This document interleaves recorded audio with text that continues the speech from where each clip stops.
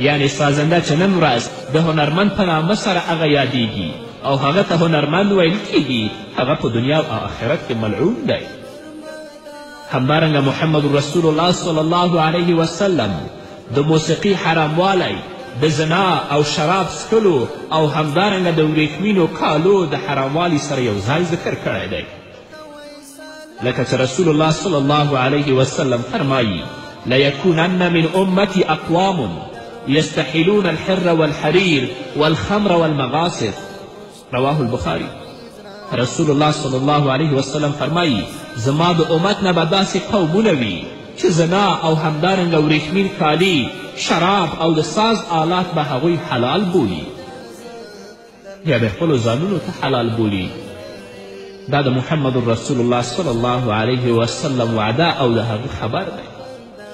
خو نن ورځ داسې ګمراهان هم شته دی چې هغوی د الله د دین نه غافله دي، موسیقي ته د زړه روح وایي چې دا د زړه غذا ده. او ځینې داسې ګمراهان هم شته دی چې هغوی د موسیقي په حل او حلالوالي باندې کتابونه هم لیکلي دي. رسول الله صلی الله علیه وسلم فرمایي چې دا هغه کسان دي چې الله رب العزت دوی باندې هم په دنیا کې لعنت ویلی او په آخرت کې به هم د الله رب العزت په لعنت کې ګرفتاروي. د مسلمان لپاره د ساز او موسیقي نه بل ضرر رسونکی او تاواني شی نشته، ځکه موسیقي زړه خرابوي، همدارنګه عقل فاسدوي، همدارنګه مال او اولاد او ناموس خرابوي. تاسو ته به دا په تجربې باندې هم ثابت وي او تاسو به په سترګو باندې هم لیدلی وي. کومه ماشوم چې د موسیقي سره عادت پیدا کړي هغه فاسد شي، کومه ښځه چې د موسیقي سره عادت پیدا کړي هغه باغي او زانی شي، کوم متدین او عاقل سړی چې د موسیقي سره عادت پیدا کړي عقل او حیا یې لږ شي، د هغه مروت او د هغه میړانه ختمه شي، همدارنګه دین یې ضعیفه شي. موسیقي د هغو لویو اسبابونو نه ده چې انسان زنا او فواحشو ته او همدارنګه اخلاقي فساد ته ورنږدې کوي.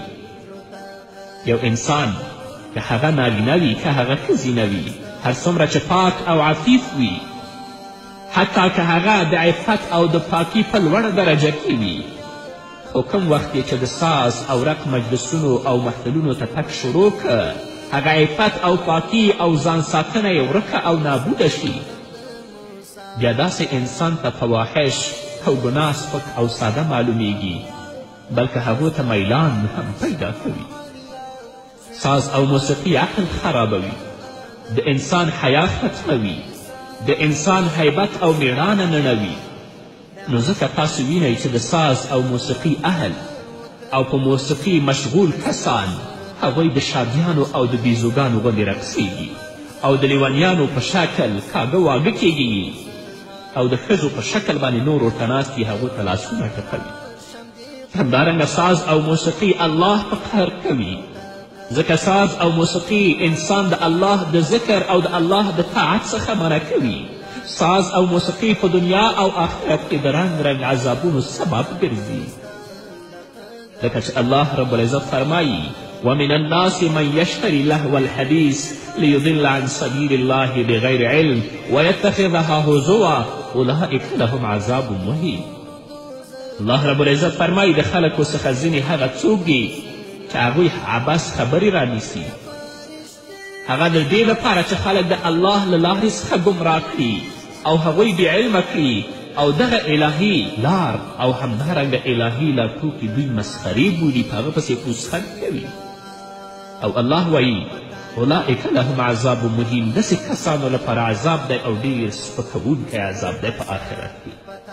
لهو الحدیث هر هغه شي ته ویل کېږي چې د الله رب العزت د ذکر او د الله د طاعت نه انسان مشغولوي او غافل کوي، چې په هغه کې مسخرې، خرافات او موسیقي ټول شامل دي.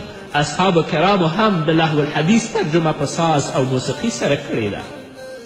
الله رب العزت شیطان مخاطب ګرځولی او ورته وایي: واستفزز من استطعت منهم بصوتک. په هر چا دی چې وس رسیږي هغه په خپل آواز سره فساد ته وبوله، هغه په فساد یې اخته کړه. مفسرین کرام لیکي چې د شیطان آواز ساز او موسیقي ده.